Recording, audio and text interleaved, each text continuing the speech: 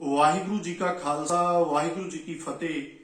श्री अकाल तख्त साहिब जी के जथेदार ਗਿਆਨੀ हरप्रीत सिंह जी ने अज एक बयान दिता है जिहदे विच ओह कहंदे ने कि श्रोमणी अकाली दल का खत्म होना जिथे कौम लई नुकसानदायक है उत्थे देश दे लई भी घातक है, क्योंकि श्रोमणी अकाली दल ने देश की आज़ादी दे लई भी बड़े वड्डे पद्धर ते कुर्बानियां दित्तियां ने।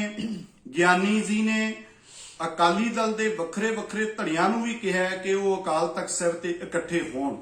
इस संबंधी मैं कुछ नुकते आप जी के ध्यान में लिया चाहना। ਗਿਆਨੀ हरप्रीत सिंह जी श्रोमणी अकाली दल का जिहड़ा माण मत्ता इतिहास है इहदे तो कोई भी मुनकर नहीं हो सकता। मेरा ख्याल है दुनिया भर में वसदे हुए सिख इस गल तो जाणू ने कि साडे बजुर्गां ने कुर्बानियां दे के शहादतां दे के श्रोमणी अकाली दल अते श्रोमणी गुरुद्वारा प्रबंधक कमेटी होण दे विच लिआंदी है। पर जिहड़ी तुसीं अज अकाली दल की फिक्र कर रहे हो, सानू ये महसूस हो रहा है कि असल विच जिहड़ी फिक्र है तुहानू वो श्रोमणी अकाली दल की पंथ की जां देश की नहीं है, बल्कि वो बादल के टब्बर की तुहानू फिक्र है। क्योंकि मैं कहना चाहना कि तुसीं ईमानदारी नाल दसो कि की अकाली दल अज खत्म होया? अकाली दल तां उसे दिन खत्म हो गया सी। सिद्धांतक तौर ते अकाली दल का कतल तो उस दिन हो गया सी जदों मोगे की कानफ्रेंस दे विच तुहाडे चहेतियां ने यह ऐलान करता सी कि अकाली दल अज तो पंथक पार्टी नहीं बल्कि यह पंजाबी पार्टी है। तुहाडे चहेते यानी हरप्रीत सिंह जी जिन्हां ने तुहानू जथेदार बनाया है, उन्हां दीयां करतूतां असीं दरबारे खालसा जथेबंदी वल्लों आ लाणत पत्तर दे विच भी डिटेल दे विच लिखियां होईयां ने।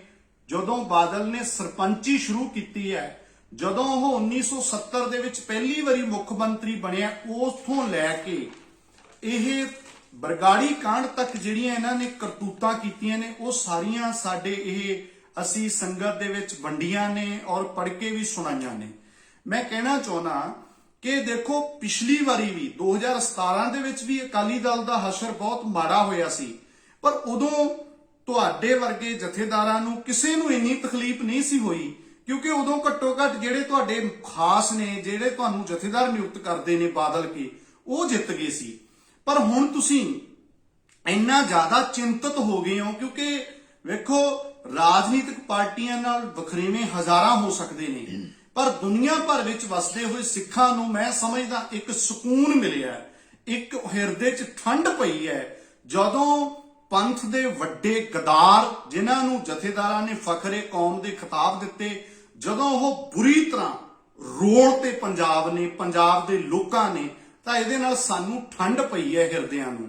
ਗਿਆਨੀ हरप्रीत सिंह जी असी सिख जिहड़े किसी पावर दे विच नहीं, जदों धन श्री गुरु ग्रंथ साहिब महाराज की बेअदबी 2015 दे विच होई बरगाड़ी दे विच, तां उन्हां बेअदबी करन वाले दोषियां दी जदों पुस्त पनाही हो रही सी उदों तुसीं कित्थे गए होए सी जां तुहाडे वर्गे जथेदारां ने उदों कदे नहीं कहा भी पंथ इकट्ठा होवे, पंथ नूं खतरा है?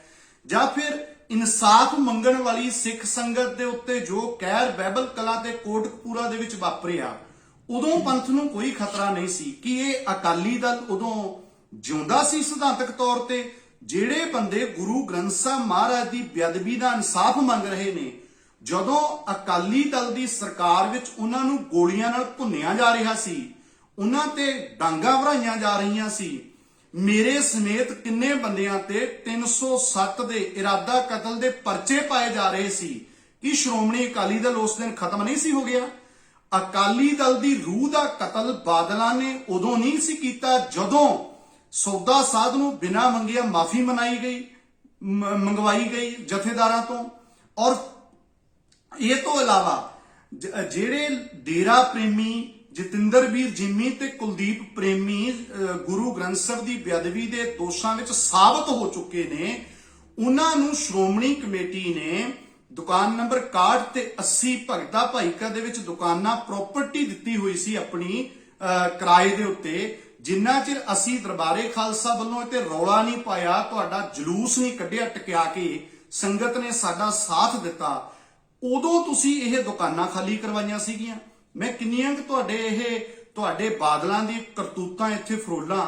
ਸੋ ਮੈਂ ਇਹ ਕਹਿਣਾ ਚਾਹੁੰਦਾ ਕਿ ਤੁਸੀਂ ਆਂਡੇ ਕਿਤੇ ਤੇ ਕੁੜਕੁੜ ਕਿਤੇ ਵਾਲੀ ਜਿਹੜੀ ਗੱਲ ਕਰ ਰਹੇ ਹੋ, ਇਹ ਹੁਣ ਪ੍ਰਵਾਨ ਨਹੀਂ ਹੋਣੀ। ਇਹ ਜਿਹੜੇ ਤੁਸੀਂ ਅਕਾਲੀ ਦਲ ਦੀ ਗੱਲ ਕਰਦੇ ਹੋ, ਮੈਨੂੰ ਦੱਸੋ ਪੰਜਾਬ ਦੇ ਵਿੱਚ ਕਿਹੜਾ ਵੱਡਾ ਡੇਰੇਦਾਰ ਹੈ ਜਿਹੜੇ ਸਿੱਖ ਵਿਰੋਧੀ ਡੇਰੇ ਦੇ ਕੋਲ ਤੁਹਾਡੇ ਬਾਦਲ ਕੇ ਜਾ ਕੇ ਗਿੱਟਿਆਂ ਦੇ ਵਿੱਚ ਨਹੀਂ ਬਹਿੰਦੇ ਰਹੇ। ਭਨਿਆਰਾਂ ਵਾਲੇ ਨੇ ਗੁਰੂ ਗ੍ਰੰਥ ਸਾਹਿਬ ਮਹਾਰਾਜ ਦੇ ਪਾਵਨ ਸਰੂਪਾਂ ਨੂੰ ਅੱਗਾਂ ਲਾਈਆਂ, ਕੀ ਬਾਦਲ ਦਾ ਟੱਬਰ ਉਹਦੇ ਗਿੱਟਿਆਂ 'ਚ ਨਹੀਂ ਸੀ ਬੈਠਾ? ਸੌਦਾ ਸਾਧ ਦੇ ਨਾਲ ਕਿਵੇਂ ਤੁਹਾਡੀ ਜਾਰੀ ਰਹੀ? ਇਸ ਵਾਰ ਵੀ 2022 ਦੀਆਂ ਵਿਧਾਨ ਸਭਾ ਚੋਣਾਂ ਦੇ ਵਿੱਚ ਸੌਦਾ ਸਾਧ ਨੇ ਬੀਜੇਪੀ ਦੇ ਨਾਲ ਬਾਦਲ ਕਹਿੰਦੀ ਸਪੋਰਟ ਕੀਤੀ ਆ। ਉਦੋਂ ਅਕਾਲੀ ਦਲ ਨੂੰ ਕੋਈ ਖਤਰਾ ਨਹੀਂ, ਉਦੋਂ ਕੋਈ ਸਿਧਾਂਤਕ ਤੌਰ ਤੇ ਖੜੇ ਸੀ ਅਕਾਲੀ ਦਲ ਵਾਲੇ। ਇਸ ਕਰਕੇ ਮੈਂ ਬੇਨਤੀ ਕਰਦਾ ਤੁਹਾਨੂੰ ਕਿ ਸ਼੍ਰੀ ਅਕਾਲ ਤਖਤ ਸਾਹਿਬ ਤੇ ਖੜ ਕੇ ਧੰਨ ਗੁਰੂ ਗ੍ਰੰਥ ਸਾਹਿਬ ਦੇ ਸਾਹਮਣੇ ਆਪਣੇ ਆਪ ਨੂੰ ਪੁੱਛਿਓ ਗਿਆਨੀ ਜੀ ਕਿ ਤੁਸੀਂ ਜੋ ਕਰ ਰਹੇ ਹੋ, ਜੋ ਤੁਸੀਂ ਬੋਲ ਰਹੇ ਹੋ, ਤੁਹਾਡੇ ਅੰਦਰ ਕੋਈ ਇਮਾਨਦਾਰੀ ਹੈ? ਤੁਹਾਡੇ ਤੇ ਲੋਕ ਭਰੋਸਾ ਕਿਵੇਂ ਕਰਨ?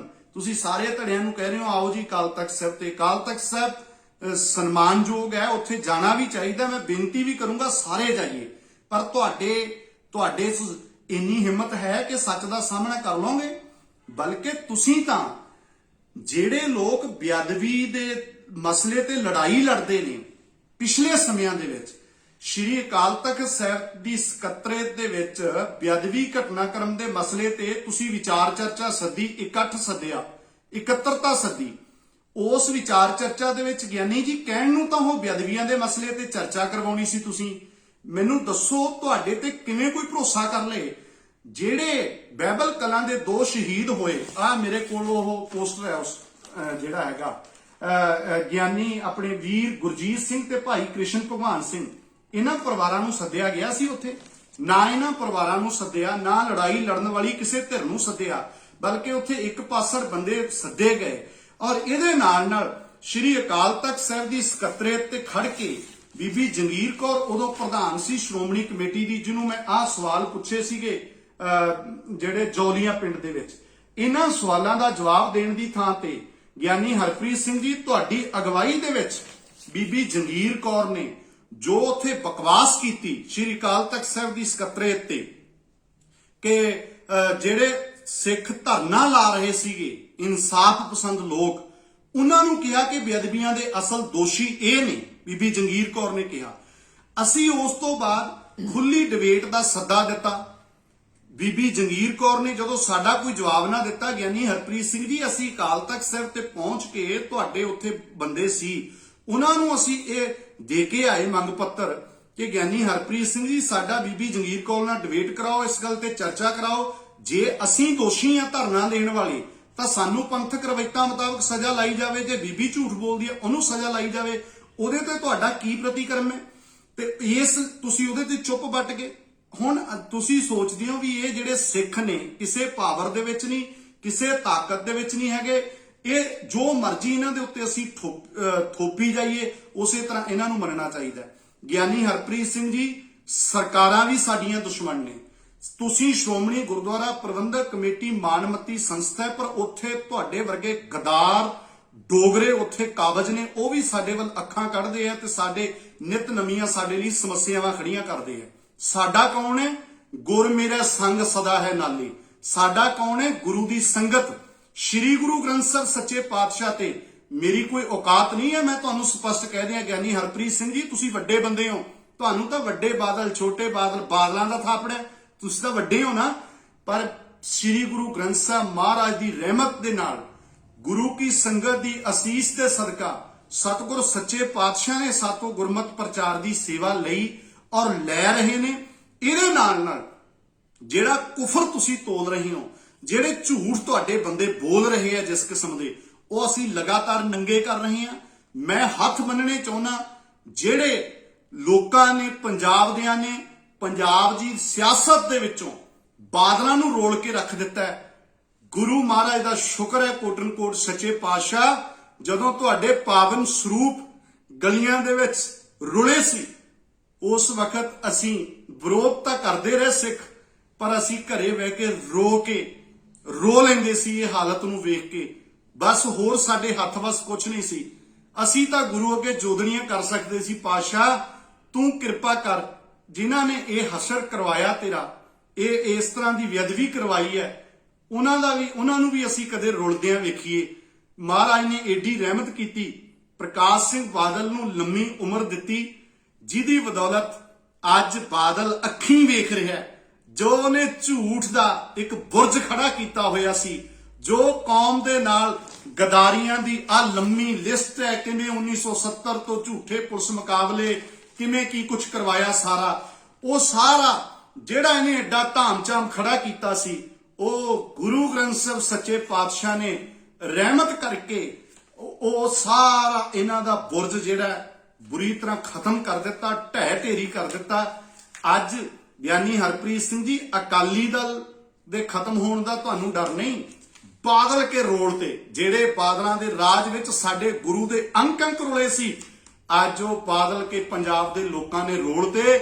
ਔਰ ਮੈਂ ਸਮੂਹ ਪੰਥਕ ਧਿਰਾਂ ਦੇ ਹੱਥ ਬੰਨ ਕੇ ਬੇਨਤੀ ਕਰਦਾ, ਆਓ ਸ੍ਰੀ ਗੁਰੂ ਗ੍ਰੰਥ ਸਾਹਿਬ ਸੱਚੇ ਪਾਤਸ਼ਾਹ ਤੇ ਭਰੋਸਾ ਕਰਕੇ ਖਾਲਸਾਈ ਨਿਸ਼ਾਨ ਸਾਹਿਬ ਤੇ ਇਕੱਠੇ ਹੋ ਕੇ ਆਪਣੀ ਆਪਣੀ ਈਗੋ ਛੱਡ ਕੇ ਗੁਰਧਾਮਾਂ ਨੂੰ, ਸਾਡੇ ਪਵਿੱਤਰ ਇਤਿਹਾਸਕ ਗੁਰਧਾਮਾਂ ਨੂੰ ਬਾਦਲ ਮੁਕਤ ਕਰਨ ਦੇ ਲਈ ਇਕਮੁੱਠ ਹੋਈਏ। ਔਰ ਜਿਹੜੀਆਂ ਹੁਣ ਇਹ ਆਂਡੇ ਕਿਤੇ ਤੇ ਕੁੜਕੁੜ ਕਿਤੇ ਕਰਨ ਵਾਲੀਆਂ ਮੁਰਗੀਆਂ ਨੇ, ਇਹਨਾਂ ਦੀਆਂ ਗੱਲਾਂ ਵਿੱਚ ਨਾ ਆਇਓ, ਇਹਨਾਂ ਨੂੰ ਪਛਾਣੋ। ਇਹਨਾਂ ਦੀਆਂ ਜਿਨ੍ਹਾਂ ਦੇ ਬਹੁਤ ਲੰਮੇ ਚਿੱਠੇ ਨੇ, ਕਿਤੇ ਫੇਰ ਆਪਾਂ ਡਿਟੇਲ 'ਚ ਗੱਲਾਂ ਕਰਾਂਗੇ।